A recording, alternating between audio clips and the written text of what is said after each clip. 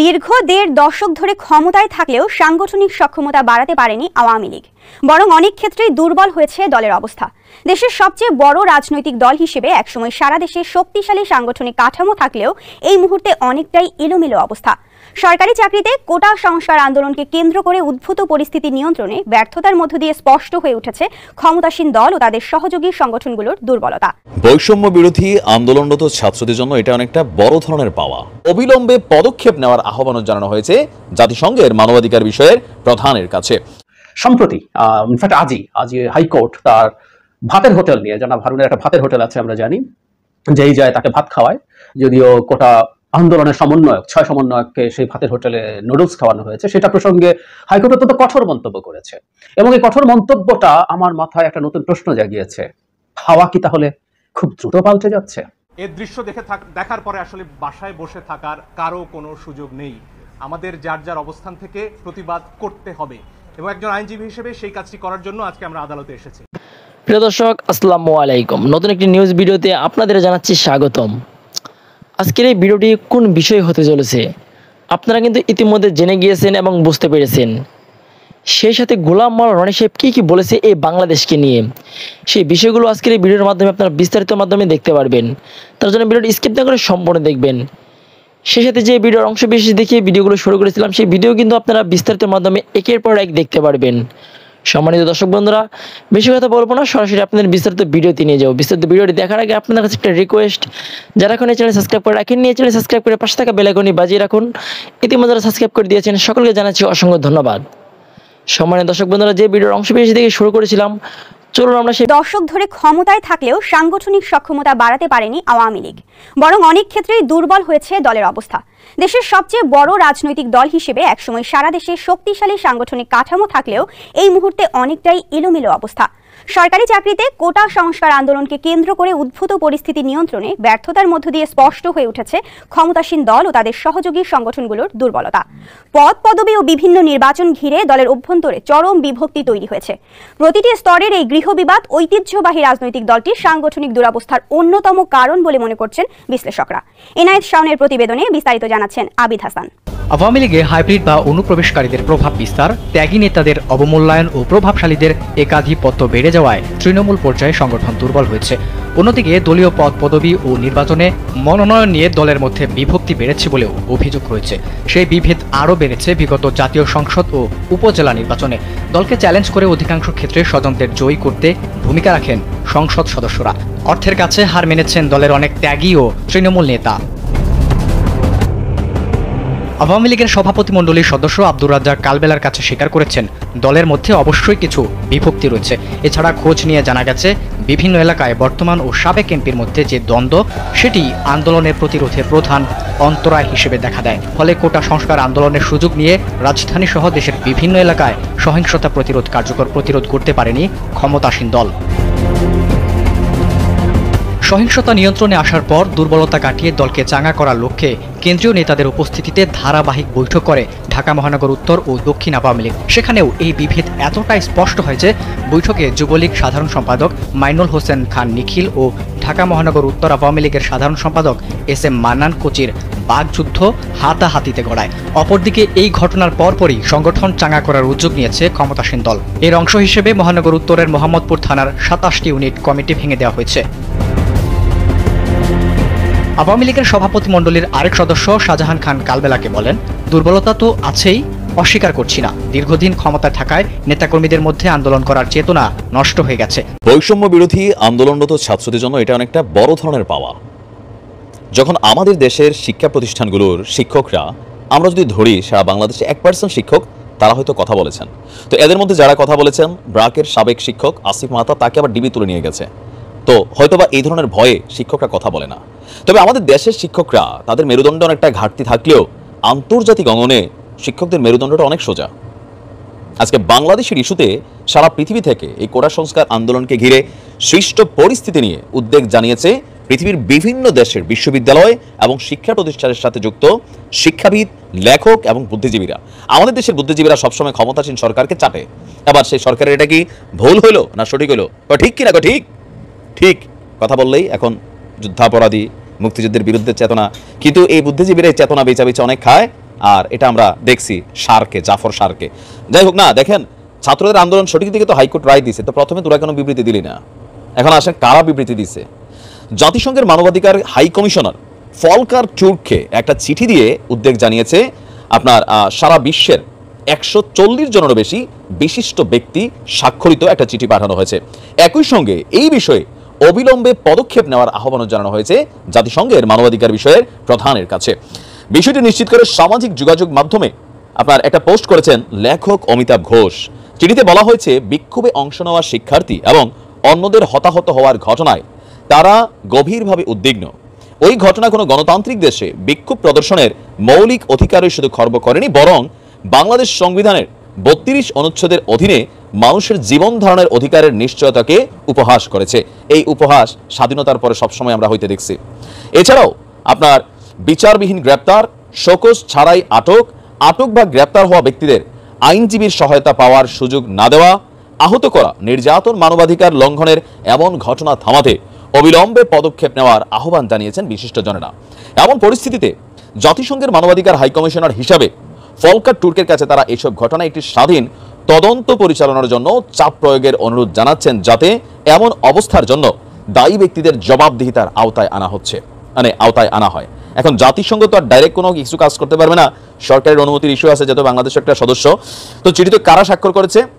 Johns Hopkins বিশ্ববিদ্যালয়ের অবসরপ্রাপ্ত একজন অধ্যাপক, পাশাপাশি ক্যামব্রিজ বিশ্ববিদ্যালয়ের emeritus 1931 chair of geography S Amin, college the ফ্রান্সের অধ্যাপক, নিউ ইয়র্ক বিশ্ববিদ্যালয়ের অধ্যাপক, কলম্বিয়া বিশ্ববিদ্যালয়ের অধ্যাপক, তারপর হার্ভার্ড বিশ্ববিদ্যালয়ের অধ্যাপক, শিকাগো বিশ্ববিদ্যালয়ের অধ্যাপক, ব্রাউন বিশ্ববিদ্যালয়, অক্সফোর্ড বিশ্ববিদ্যালয়, প্রিন্সটন বিশ্ববিদ্যালয়, কর্নেল বিশ্ববিদ্যালয়, ডিউক বিশ্ববিদ্যালয়, তারপর ক্যামব্রিজের অধ্যাপক আছেন। আমরা যদি দেখি জওহরলাল বিশ্ববিদ্যালয়ের অধ্যাপক, মানে ভারত থেকে অনেক শিক্ষকরা এটার জন্য কিন্তু দাবি তুলেছেন। আর বিশিষ্ট জনদের মধ্যে আছেন দিল্লি বিশ্ববিদ্যালয়ের অবসরপ্রাপ্ত অধ্যাপক, নিউ ইয়র্ক বিশ্ববিদ্যালয়ের অধ্যাপক, টেক্সাস মানে বুঝছেন, এক একটা নাম। সারা পৃথিবীর ছাত্রদের ড্রিম থাকে এইসব ইউনিভার্সিটিগুলোতে পড়ার জন্য। হয়তো আজকে তারা সেখানে যাইতে পারে না, কিন্তু তাদের আওয়াজটা পৌঁছে গেছে সেখানে, কারণ এই খবরগুলা সারা পৃথিবীর গণমাধ্যমে আসছে। স্বাধীনতার পরে এত বড় রায়ট তারা আমরাও দেখি নাই। তো ওয়ার্ল্ড ওয়াইড কিন্তু অল আইজ অন বাংলাদেশ বা all eyes on Bangladeshi students এমন কিন্তু একটা ইস্যু চলছিল মাঝখানে। দ্যাট মিনস তারপরে এখন প্রযুক্তির যুগ, জাতিসংঘের কাছে চিঠি যাচ্ছে, বিভিন্ন দেশের দূতাবাসে চিঠি যাচ্ছে, মানবাধিকার সংস্থাগুলো চিঠি যাচ্ছে, ভিডিও ফুটেজ, ফাইল ফুটেজ পাঠাচ্ছে। পলক ভাই অনেক কষ্ট করে ফেসবুক বন্ধ করার চেষ্টা করতেছে, কিন্তু এটা খুইলা যাচ্ছে বারবার, ভিপিএন দিয়ে পোলাপেন চালাইয়া এগুলো পাঠাই দিচ্ছে। দীর্ঘদিন থেকে বাংলাদেশের সবচেয়ে পরিচিত পুলিশদের মধ্যে একজন হচ্ছেন ঢাকা, বিভিন্ন দায়িত্ব আগে ছিলেন, এই মুহূর্তে তিনি ঢাকা মেট্রোপলিটন পুলিশের ডিবির চিফ জনাব হারুন আর রশিদ। উনি এর আগে এসপি ছিলেন, যখন যেখানে ছিলেন উনি যখন এসপিও ছিলেন, অনেক জুনিয়র অবস্থায় আমাদের বিএনপি জয়নাল আবেদিন ফারুকের সাথে একটা রাস্তার ঘটনার কথা আমাদের মনে আছে। উনি তখন থেকেই, অনেক আগে থেকেই মানুষের কাছে খুবই পরিচিত। দীর্ঘদিন থেকে ওনার পরিচয় তৈরি হয়েছে এবং আমার কাছে মনে হতো যে একটা প্ল্যান করে তাকে এভাবে তৈরি করা হচ্ছে। সম্প্রতি ইনফ্যাক্ট আজ হাইকোর্ট তার ভাতের হোটেল নিয়ে, জনাব হারুনের একটা ভাতের হোটেল আছে আমরা জানি, যেই যায় তাকে ভাত খাওয়ায়, যদিও কোটা আন্দোলনের সমন্বয়ক 6 সমন্বয়ককে সেই ভাতের হোটেলে নুডলস খাওয়ানো হয়েছে, সেটা প্রসঙ্গে হাইকোর্ট অত্যন্ত কঠোর মন্তব্য করেছে। এবং এই কঠোর মন্তব্যটা আমার মাথায় একটা নতুন প্রশ্ন জাগিয়েছে, হাওয়া কি তাহলে খুব দ্রুত পাল্টে যাচ্ছে? প্রশ্নটা এসছে। এর মধ্যে আরেকটা ব্যাপারও, অনেকে কথাবার্তা, কিছু দুষ্টু কথাবার্তা বলছেন তাকে নিয়ে। আমি মনে করি আমাদের ফোকাস মূল কাজে থাকা উচিত, দুষ্টু কথাবার্তাতে কম মনোযোগ যাতে আমরা দেই। ফেসবুকে দেখছি অনেকে বলছেন জনাব হারুনকে নিয়ে। যাই হোক, যে কথা বলছিলাম, তাকে এক ধরনের তার ইমেজ বিল্ডিং এর চেষ্টা দেখছিলাম। ধরুন আপনি সরাসরি ডিবি অফিসে যাচ্ছেন আপনার অভিযোগ নিয়ে, এটা তো সিস্টেমের কথা ছিল না, নিয়মের কথা ছিল না। আপনার অভিযোগ থাকলে আপনি একটা লোকাল থানায় যাবেন, সেই থানায় যদি প্রয়োজন হয় কোনো ইনভেস্টিগেশনে, তখন সেটা ওইখানে যাবে এবং সেখান থেকে এই কাজগুলো হবে। মানে কারো কোনো সমস্যা হচ্ছে, সবাই ওনার ওখানে যাচ্ছেন, উনি সবাইকে খাওয়াচ্ছেন, আবার সেটা ছবি দিচ্ছেন, ভিডিও দিচ্ছেন। আমাদের মনে থাকার কথা, বিএনপির গয়েশ্বরচন্দ্র রায়কে একবার নিয়ে ভিডিও করে সেটা জনাব রায় দাবি করেছেন তাকে জানানো ছাড়া সেই ভিডিও পাবলিক করে দেওয়া হয়েছে। আপনি করতে পারেন না, আপনি গোপনে ভিডিও করতে যেমন পারেন না, একই সাথে সেই ভিডিও পাবলিক করতে পারেন না, সেটা সাধারণ ভিডিও হলেও, যে কোনো ভিডিও। যাই হোক, এই ঘটনাগুলো ছিল।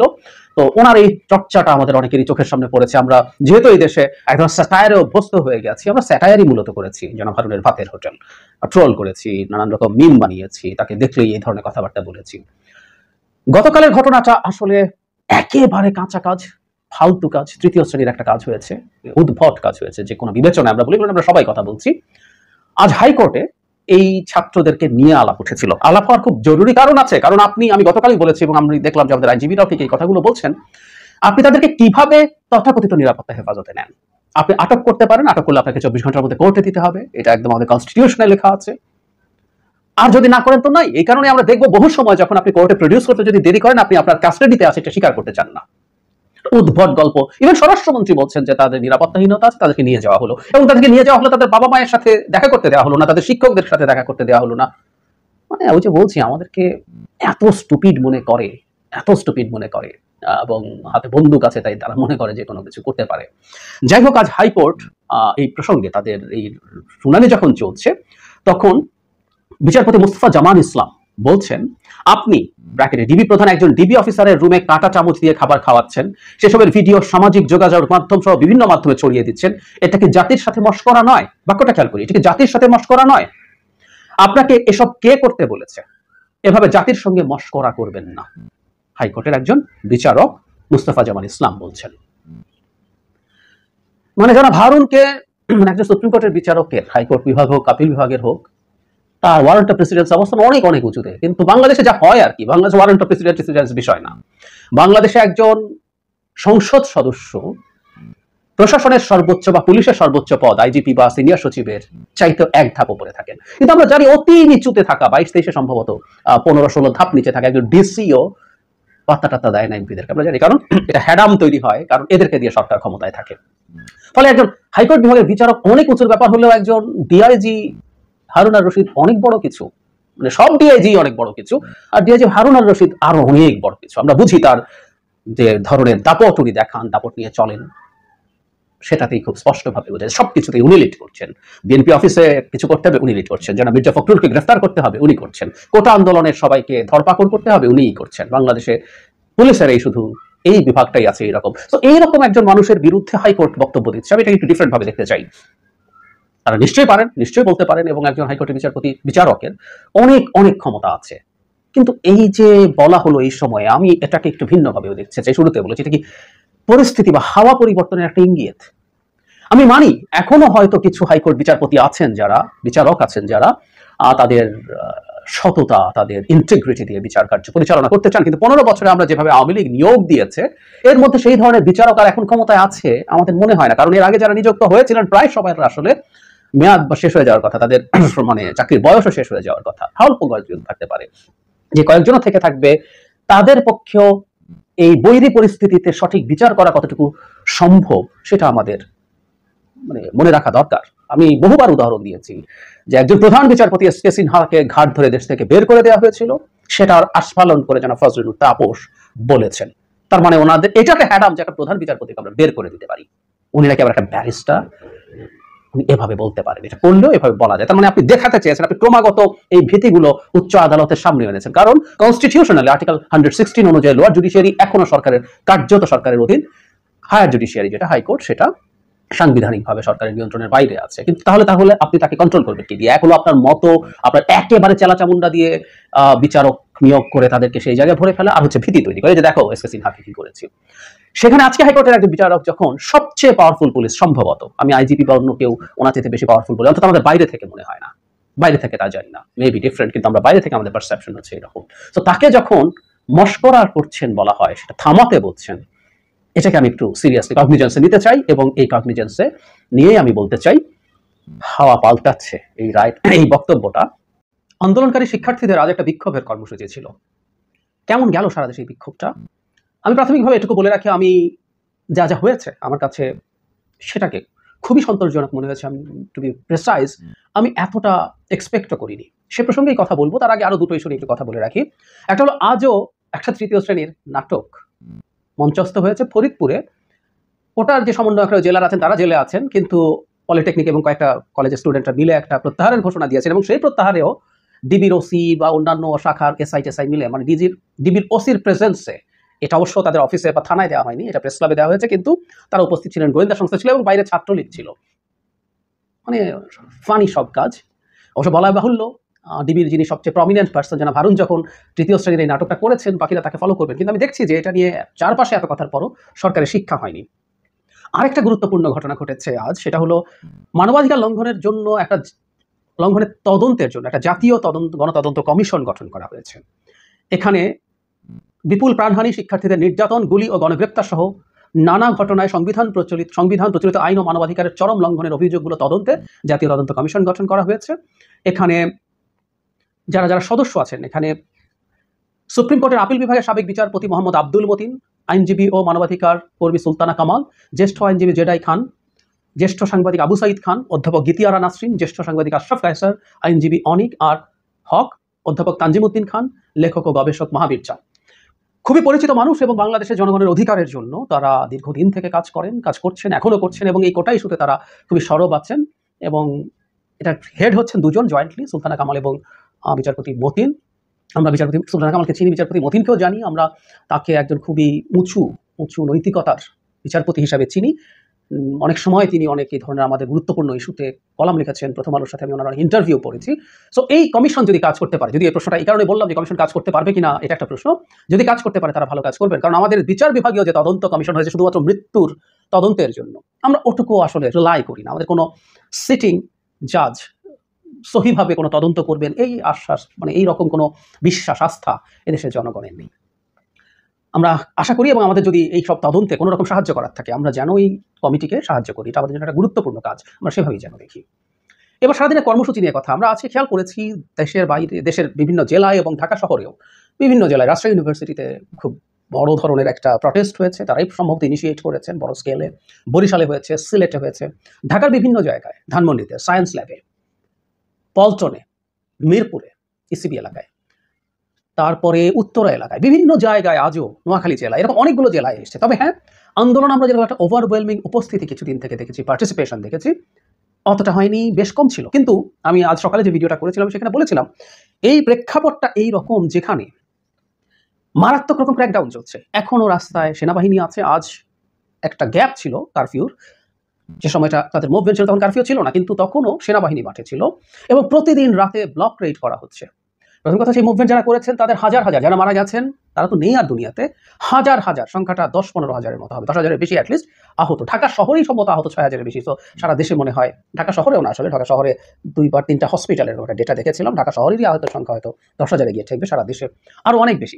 তো যারা অ্যাক্টিভলি পার্টিসিপেট করছিলেন অনেক আহত হয়ে গেছেন, 20 হাজারের মতো গ্রেফতার হয়ে গেছেন।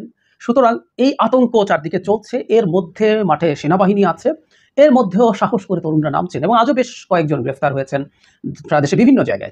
আমি চিটাগংয়ের কথা বলতে ভুলে গেছি। চিটাগংয়ে যথেষ্ট ভালো জমায়েত হয়েছে, তারা বিক্ষোভ করেছেন, পুলিশ যথারীতি তাদের উপরে গুলি করেছে, রাবার বুলেট এবং টিয়ার গ্যাস মেরেছে, তাদের পাল্টাপাল্টি হয়েছে। চিটাগংয়েও খুব সিরিয়াসলি হয়েছে এটা। সো সারা দেশে আমি যতটা এক্সপেক্ট করেছিলাম, আমি এতটা এক্সপেক্ট করিনি। মাত্র এই ট্রমার পর, এই ভীতির রাজ্যে, ভীতির পরিবেশের মধ্যে এরকম কিছু হবে, কিন্তু সেটা হয়েছে। এবং এটা পরিস্থিতি যে সরকারের খুব ভালো নিয়ন্ত্রণে নেই তার আরেকটা ইন্ডিকেটর আছে, এটাকে আমরা গুরুত্ব দিয়ে দেখবো। সেটা হচ্ছে আজও মোবাইলের ইন্টারনেট 4G অলমোস্ট বন্ধ করে দেওয়া হয়েছে। অতি স্লো ছিল, স্পিড অলমোস্ট পাওয়া যাচ্ছিল না। সরকার ধানাই পানাই কথা বলে, কিন্তু এটা জানা গেছে আসলে এটা সরকারের নির্দেশনার কারণেই এই রকম ঘটনা ঘটেছে এবং সরকারই এই কাজটা করেছে। তার মানে খেয়াল করি আমরা, মোবাইল ইন্টারনেটকে তারা স্লো করে দিয়ে এটা প্রমাণ করে দিল, মানে আমি প্রায় বলছি যত এক্সট্রিম স্টেপ নিতে থাকেন সেটা দিয়ে যদি আপনি কোনো রকম বেঁচেও যান, সেটা দিনের শেষে আপনার জন্য ভালো কিছু না। যেমন আজ তো খুব ম্যাসিভ কোনো ডেমনস্ট্রেশন হয়নি, কিন্তু আজও আপনি মোবাইল ইন্টারনেট বন্ধ করছেন, মানে এটা একটা এক্সট্রিম স্টেপ। এটার কি ক্ষতি আছে আলোচনার দরকার নাই, কিন্তু এই যে আপনি স্টেপটা নিলেন এটাই প্রমাণ করে আপনি কতটা ভালনারেবল বোধ করছেন। এটা হলো সবচেয়ে জরুরি কথা। এই ভালনারেবিলিটিটাই আমরা দেখতে চাই ক্রমাগত, এবং সরকার তার ভীতির কারণে, তার উপরে যে ধরনের হুমকি তৈরি হয়েছে, সে গদি হারানোর যে ভয় করছে, তাতে এতই নার্ভাস হয়ে গেছে, তারা এখন অতি সামান্য ব্যাপারেই ভীষণ ভয় পাওয়া শুরু করেছে। এবং আমি এই কারণেই মনে করি এই ভীতিটাই, মানে এতদিন পর্যন্ত জনগণ ভয় পেত, সরকার সাহসী ছিল, এখন ঠিক উল্টে হয়ে গেছে, জনগণ সাহসী, সরকার ভয় পেয়ে গেছে, সরকার ভীত। আমরা এইরকম একটা পরিস্থিতিতে একটা ভীত অত্যাচারী সরকারের দিন খুব বেশি থাকবে মনে করি না। আগামীকালও তারা কর্মসূচি দিয়েছেন, এটা একটু ফেসবুক কেন্দ্রিক, আমরা ধারণা করি তারা ক্রমাগত কর্মসূচি দিয়ে যাবেন। এটা দেয়ারই কথা, কারণ বহুবার বলেছি মৃত্যুর ট্যালি এই মুহূর্তে 266-এর মতো একটা সংখ্যা বিভিন্ন পত্রিকা দেখাচ্ছে, অকল্পনীয় একটা সংখ্যা। এইটুকু যদি অফিসিয়ালি আমরা কনফার্ম হতে পারি, সংখ্যাটা আরও অনেক বেশি হতে পারে, সেটা সরিয়েও যদি রাখি, এগুলো এভাবে কোটা মেনে নিয়েছি বলে শেষ হয়ে যাবে হতেই পারে না। এবং সরকারের দিক থেকে কোনো রকম কোনো সদিচ্ছা যে না আমরা কিছু স্টেপস নেই, মানুষের এই বিভৎস ক্ষতটাকে কিছুটা হলেও যাতে মলম লাগানো যায়, সেই চেষ্টার ন্যূনতম নেই সরকারের দিক থেকে, এবং থাকার কথাও না। এই সরকার আরো বেশি বল প্রয়োগের মাধ্যমে টিকে থাকার চেষ্টা করবে, এবং বহুদিন আগে বলেছি, বারবার বলি, এবং এটাই সরকারকে দ্রুত পতনের দিকে নিয়ে যাবে। প্রিয় দেশবাসী, শুরু থেকে শেষ পর্যন্ত যারা এই ভিডিওটি দেখেছেন সকলকে জানাই অসংখ্য অসংখ্য ধন্যবাদ।